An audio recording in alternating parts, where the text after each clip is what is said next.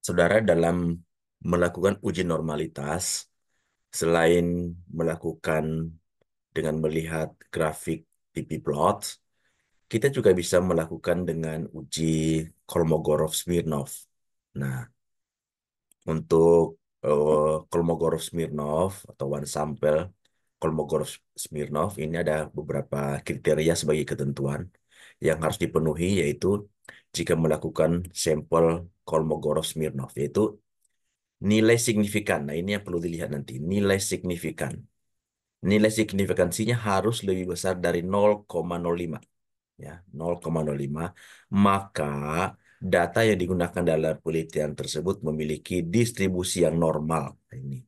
Kalau sekali lagi nilai signifikansinya lebih besar dari 0,05. Tetapi kalau misalnya nilai signifikansinya lebih kecil, ini ya, lebih kecil dari 0,05, lebih kecil dari 0,05, maka data yang digunakan tidak, ini perhatikan ya, tidak memiliki distribusi normal. Ya, tidak memiliki distribusi normal. Nah, kalau tidak memiliki distribusi normal, tentu harus diselesaikan, harus dicarikan solusi supaya datanya normal, sehingga nanti bisa kemudian diolah, begitu ya. Oke, sekarang kita coba perhatikan melalui kita buka SPSS. Nah, saya menggunakan SPSS 26. Nah, ini datanya sudah ada. Sekarang kita klik Analyze, lalu kemudian Regression, baru kemudian Linear. Dah. Nah, ini coba kita keluarkan dulu ya. Nah, ini ada kolom dependen, berarti yang dimasukkan ke sini adalah variabel Y-nya. Ini kolom independen, berarti yang dimasukkan di sini adalah variabel X-nya. Nah, oke, yang pertama saya coba masukkan variabel X1. Ya. Lalu untuk dependennya, ini variabel Y. Saya masukkan. Lalu kemudian saya klik Save. Ini ya, Save. Lalu kemudian diklik ini, di residual ini. Ya, di residual ini, diklik Unstandardized. Setelah itu kemudian baru klik Continue. Ya, Continue. Setelah Continue, baru kemudian OK. Nah, ini keluar hasilnya ya. Ini keluar hasil. Nah, hasil ini diabaikan saja, bisa di-close. Tidak perlu disimpan. Kenapa? Karena yang kita mau lihat sebenarnya adalah ini.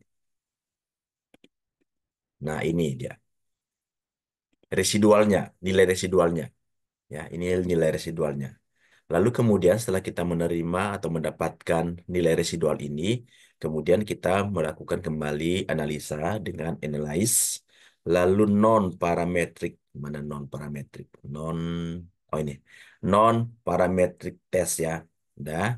Baru kemudian ini legacy dialogs. Ini legacy dialogs. Baru cari ini one sample KS ya. One sample Kolmogorov-Smirnov.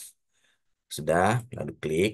Nah, lalu yang dimasukkan data tadi itu, data yang residual ini, unstandardized tadi. Masukkan ke dalam eh, kolom atau kotak yang tersedia. Masukkan. Baru kemudian setelah dimasukkan, ini pastikan normalnya ini ya. Normal ini terchecklist dengan baik ya, normal.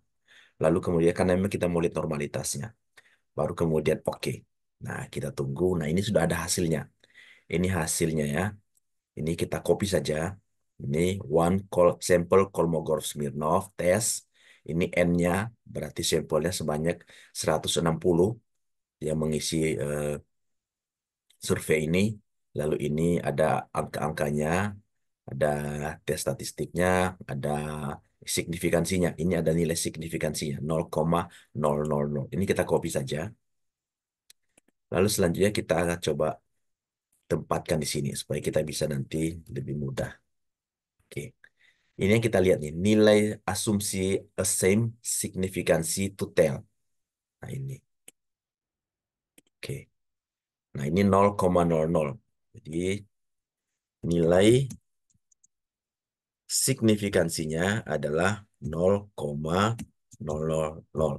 Nah, sementara ketentuan tadi, nilai signifikansi lebih besar dari 0,05,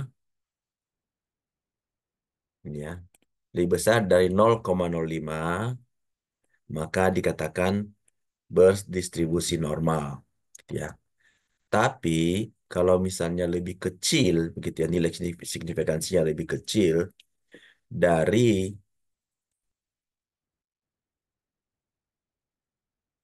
0,05, ini lebih kecil ya. Saya ganti lebih kecil.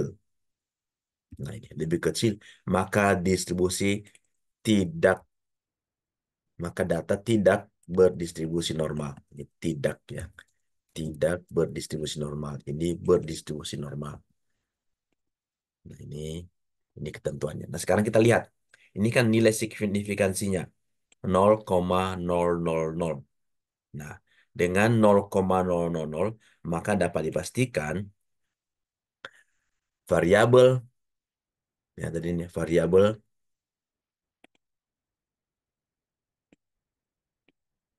nah variabel X1 dinyatakan tidak berdistribusi normal. Nah, ini kalau perhatikan,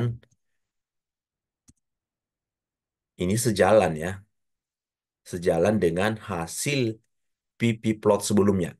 Ini perhatikan PP plot sebelumnya ini kan. Nah, perhatikan titik-titiknya ini menyebar. Tidak semuanya berada di sekitaran garis diagonal ini. Ya, mestinya harus kalau mau normal harus ada sekitaran ini. Tapi dia ada ini agak keluar, keluar, keluar, keluar. Ini juga keluar, gitu ya. Seperti itu. Jadi dengan dua kali melakukan uji normalitas, baik menggunakan PP plot dan juga menggunakan one sample Kolmogorov-Smirnov, maka variabel eh, X1 dinyatakan tidak berdistribusi normal. Nah, kalau misalnya tidak berdistribusi normal, maka ini harus diselesaikan dengan beberapa cara. Nanti salah satu yang kita akan kerjakan yaitu dengan menggunakan outlier, ya, outlier nanti ya. Oke, demikian dulu eh, sehubungan dengan uji residual ya, untuk melihat normalitas melalui